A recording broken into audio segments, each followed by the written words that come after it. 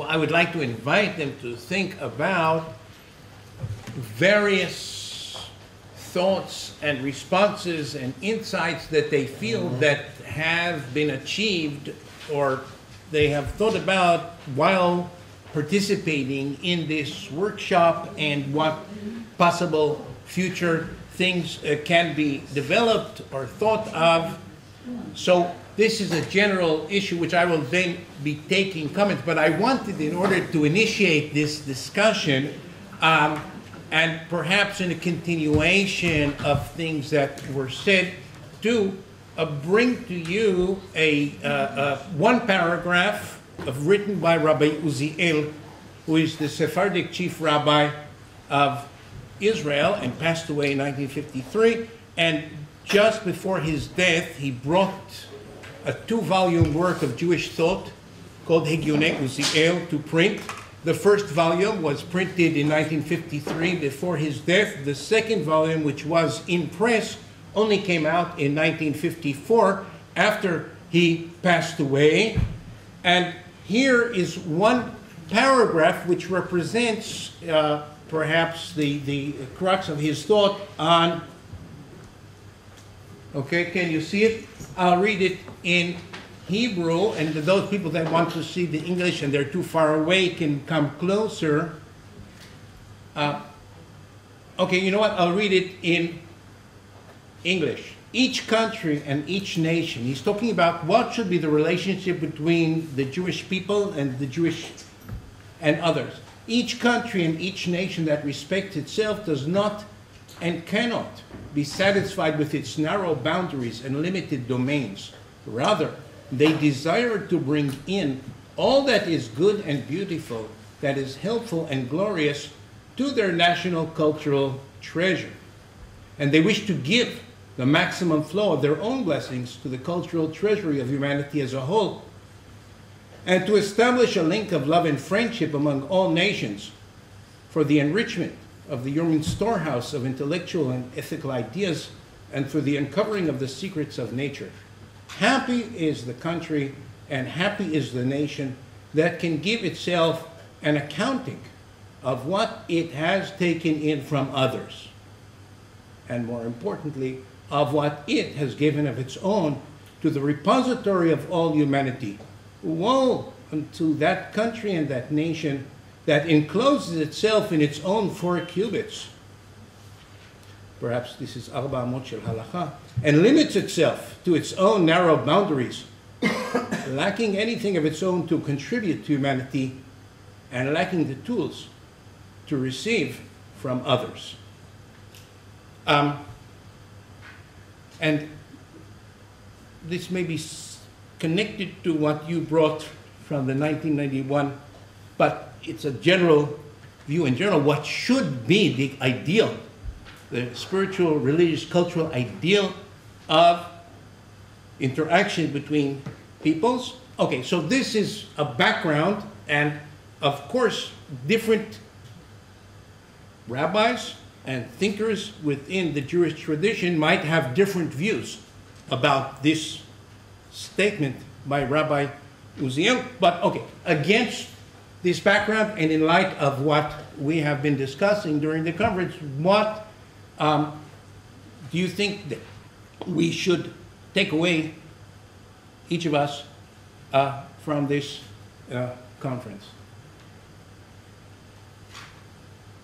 Yes, please. I'm really struck by the role of experience and ideology, and I'm going to talk a little about experience, but I think based on all the discussions we've had and reading all these papers, I think it's really impossible to analyze the halachic ideas and decisions that all these rabbis made without taking into account not only the historical period in which they lived, but also their own personal experience, you know, in the country in which they lived at a very specific time, their experience in regards to the Jewish community that they were part of, the legal system that they were under, et cetera, et cetera. And I think that it just reminds us that these ideas don't exist in a vacuum. You know, they're very much shaped by the individual experiences of decisors.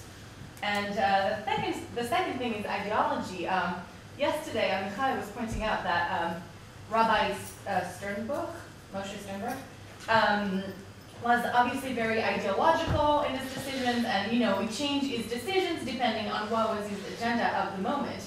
And I completely agree with this reading, but it strikes me that I think we can apply this to most people, and there are many cases in which the ideology is not that visible, as visible as in the case of the specific rabbi, but I don't know that we can really separate halakha from, more global worldview that these rabbis are holding. Okay. Say yes, please. Okay. I'd like to highlight two things. One of my rabbis at home has spoken a lot about the relation of halakha as written or spoken about to the lived experience of the people who live under the system. And from what I have gotten out of these various papers is that halakha ultimately works best as a living, breathing system, and that is a mistake to pretend that it is static and ultimately trumps what a person experiences. The second item is that when talking about the interaction of halakha and non-Jewish law in the modern era, I have seen with amazement just how much variation, yet how much similarity there is. And it certainly has shown that for most of Jewish history, it definitely does not happen in a vacuum, and should not be either. Okay. Yes, Levi? I just want to pick up on what Geraldine said. If I understood what you were saying, I think that you're buying into the approach of legal realism and saying we need to look at Jewish law as legal realists look at law, generally, not just Jewish law, which I think there is a general move to do that. Many researchers are doing that at the moment, so I think that our 3 days here together fits into that general trend. But the flip side of that is it's a little bit funny, the entire topic of our time together, because we're starting off by saying Jewish law, and then the chidush is let's see how it interacts with other systems of law. And we all were able to present papers on that. Could we imagine having the same conference of just general law? Could we? Would they say a case of American law and its influences and its interactions and influences with other systems of law? I think we would, right? So why is it so?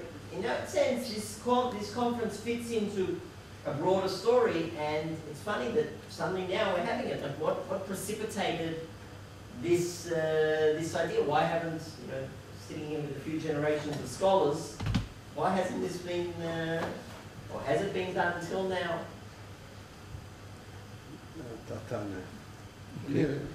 משהו בקיצור נמרץ. קודם כל אני מודה לשני המארגנים, לצבי והמחקר. צבי, אני לא... אתם אחרי זה תסתדרו ביניכם. וסילבן. באמת יישר כוח גדול מאוד. המודל של סדנה הוא מודל מצוין. באמת, אני חושב שהכינוסים שבאים מדברים 20 דקות, וזהו הרבה פחות מוצלח, זה מודל ממש מצוין. אני באופן אישי שמעתי פה הרבה דברים מעניינים, מחכימים, שהיה לי קשה בכוחות עצמי להגיע אליהם, ותודה רבה לכל מי שתרם כאן. צריך רק לזכור שלקחנו פלח קטן אחד, ואולי זה מתחבר גם לדברים שלך. אנחנו מדברים על ההלכה, או משפט עברי, לא חשוב, מפגש עם משפט נוכרי, אבל יש גם נושאים מסוימים. עכשיו, קח את כל זה ותשים אותם במימד במרחב של מקום וזמן. דהיינו, ההלכה של באשכנז בימי הביניים היא לא כמו באשכנז במאה ה-19 או באימפריה הרוסית או במקומות השונים, וגם המשפט הנוכרי משתנה והנושאים משתנים, ולכן התגובות תהיינה, זאת אומרת, טעמנו משהו לפי המזדמן פה, כל אחד מה שהיה להציע למחקר. לא, הקדמנו שזו העת החדשה, המאה ה-19 וה-20, במובן הזה צמצמנו בזמן. אז אני לא שמתי לב. אם זה רק המאה ה-19 וה-20, אבל למשל, היה לנו פתאום טוניסיה הפכה להיות לכוכב הזה, שזה יפה וזה טוב, הנה האיש של טוניסיה, בא לטוניסיה, אבל בכל זאת היו עוד, קודם כל זה מעניין באמת, הנושא הטוניסאי, פתאום איזו שיטה שלא כל כך מדוברת, אני יודע, גם אתה לא עסקת בטוניסיה, עסקים במרוקו, אז זה בהחלט מבחינה זו, אבל באמת צריך לדעת שיש לנו עוד הרבה מה לעשות בתחום הזה, ואני מניח שהפילוסופים שבינינו, או שלב שעשו את זה, הסוציולוגים. תודה. אוקיי, אבשי או... אני רוצה להצטרף לתודה. ראיתי את זה מזה ששבוע לפני הכנס, אני ראיתי את המודעה. עברתי על רשימת הדוברים והנושאים, הייתי במותח לקרוא את הפנייה. כשקראתי את המאמרים החכמתי עוד יותר לקרוא את המאמר וגם לשמוע מה עומד מאחורי המאמר. מה ההתלבטויות, נמצאים פה בשלושה ימים של החכמה, גם איך יש חקלת מאמר, ותודה רבה לכולם. טוב, ברוך הבא. יובל, רוצה להגיד משהו? נהניתי מאוד, ההרצאות היו מאוד חכימות. אני קודם כל שאני צריך לחשוב שלא בא לי וככה, אשמח את זה כאן קצת לפרט, יש לו מאמרים, שזה דבר משמע שגם אם לא יכול לחשוף בין, אז אנחנו קראנו את מאמרים, עכשיו אנחנו מצאו, ועכשיו באמת, באיזשהו מקום עכשיו אולי כדי להפיק תועלת אמיתית מהסדנה הזו, אז כדאי עכשיו לחזור למאמרים ולקשר אותם עם ההרצאות. כדאי גם אולי לחשוב על זה. אני אישית אחד הדברים בדוקטורט שלי שהשתמשתי בזה דווקא המחקרים שלך, שחוקר בעשור שנים את רבי ארצות האסלאם בחלק המודרניזציה, וששם, למשל בסוף הספר למזרח, שאתם הופכים כדי להבין את דרכי ההתמודדות של רבי ארצות האסלאם עם המודרנה, והופכים שם בין הפן החיצוני לפן האימננטי פנימי. ואולי צריך גם לחשוב בכיוון הזה, כשבוחנים את התגובות הרבניות למציאות הנוכחית הסובבת בכלל ולחוק האזרחי הנוכחי בכלל. היא לבחון את הדברים גם על סמך התובנה הזאת ויכול להיות כיוון המשך. תודה. אני מצטרף להרבה דברים שאמרו כאן, ייצגו דברים שאני חושב, ומאוד מאוד נהניתי, וגם מהצורה של העבודה בסדנה. לקחתי מהסדנה שני דברים בולטים בעיניי, בהתייחסויות לפסיקות, ואני מנסח את זה בניסוחים שלי, אז אני מתנצל בפני הדוברים המקוריים, ואת ההבחנה בין פוסקי ההלכה כשופטים, סוג של משרתי ציבור, או יותר, אני כמעט מכנה את זה משרתי טקסט, צמודים לטקסט. ההבחנה השנייה שלקחתי כאן, ששמעתי מאנשים, היא האם פוסקי ההלכה רואים את עצמם ואת הקהילה שהם עובדים בתוכה כשותפים למשפט שסובב אותם בגלל שהם אזרחים, מצביעים, או שהם פשוט, שהחוק הזה נוגע לגביהם, ואז יש פה איזושהי שותפות מבחינתם, או שהם פועלים במרחב מקביל, למרות שהם נמצאים באותו נקודת זמן ומקום. הדברים ששמעתי גם עוררו אצלי הרבה מחשבות אישיות כלפי דברים שאני מכיר, וביניהם אני חושב שראוי לחשוב מה היהודים חשבו, איך המערכת האזרחית חשבה עליהם. עד כמה היא החשיבה את החוק כקשור ליהודים, ומה היהודים חושבים על המערכת הזאת. והדבר השני זה המטען הדתי של המערכת האזרחית. עד כמה יש שם מטען דתי וכמה זה יכול להשפיע על עמדתו של פוסק ההלכה, כי אני מכיר כמה דוגמאות ששם זה היה חשוב מאוד. זהו, תודה רבה. טוב, מרדכי. Well, thank you very much again. I think that if we started it from the basic issue that conditions where rabbis live and where the Jewish community lives influences on has to be taken into account when we analyze to which extent they were subject to influence, to which extent the halakhic thinking was subject to influence. I think this does not contradict. Maybe it should not. It should be reformulated with this idea of contradiction to the idea of closeness of halakha, which mentioned. I think that when we say that halakha is a closed system,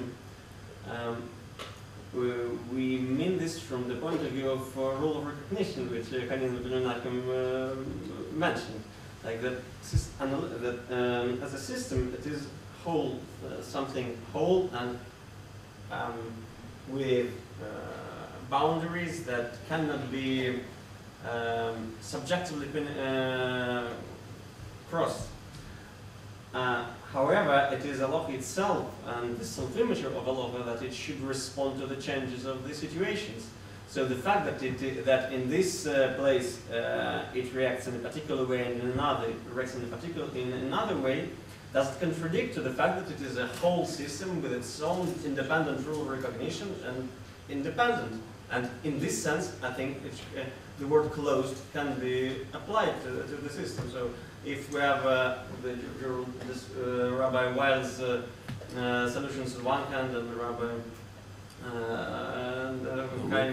Chaim Lamnoth in another hand, and modern American responses to the get law and to the extent by which even secular court judgment to give a get can be, as like Rabbi Willig suggests, orally, not he didn't decide to write it. He had courage only to write down about keeping the money from secular court proceedings, and in civil issues he didn't say that he thinks that maybe in the Naguna process it also can be applied, but which reminds us of Rabbi Weil's decision in a sense. So in every country they react in a very special way. So I think this closedness can be reformulated and I would say and re-understood without taking the name out of the agenda. Okay, first of all, thank you, all of you, very much. It was a pleasure to be here. But two notes.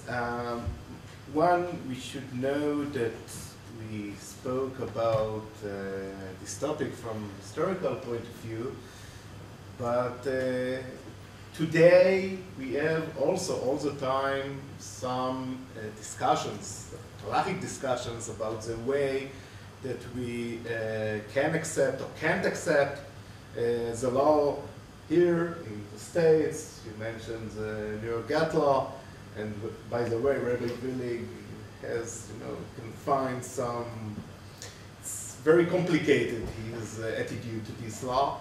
But it's not just historical, it's very actual discussion about the way the halakha is,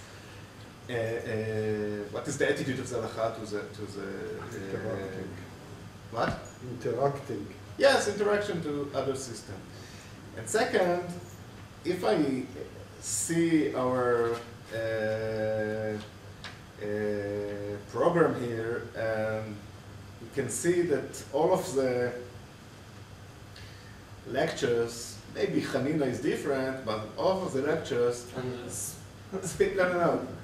All of the lectures speak about the interaction between halakha and secular other legal system.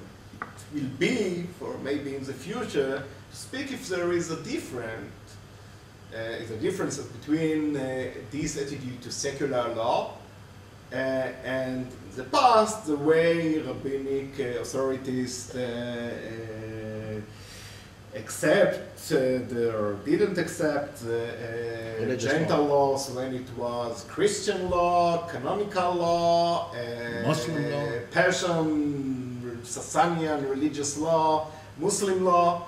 There are differences because now we have our system and our divine system, and they also say that their system is a sort of the word of God, or it's the same.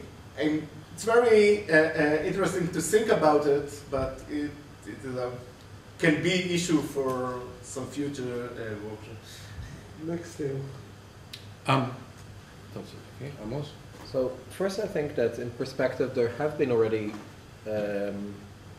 discussions like this. There is the book about the encounter between Jewish and other legal systems, accommodation or rejection, right? It's a book from the 80s. Or the conference at Cardozo Law School about legal pluralism, which partly tried to do the same.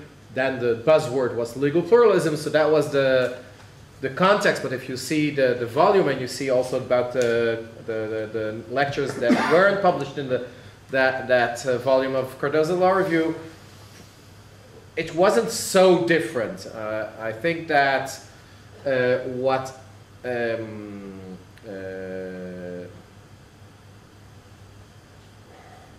so this brings me to a few insights. One is that we could have used some meta-reflection about what brings us together. And in the call for papers, it said, Jewish law still presents itself as what you called disclosed system. And we thought it's a good idea to, and it's amazing to think, like that this is still something that can be written in a call for paper. Like that the system sees itself in such a way when, Hanina said this is a closed system, rules of recognition, but he said this is a rubbish about the halakha, right? It's not how it works. So there is, and I think there is a difference between talking and doing the work and doing the thinking about what is going on here intellectually.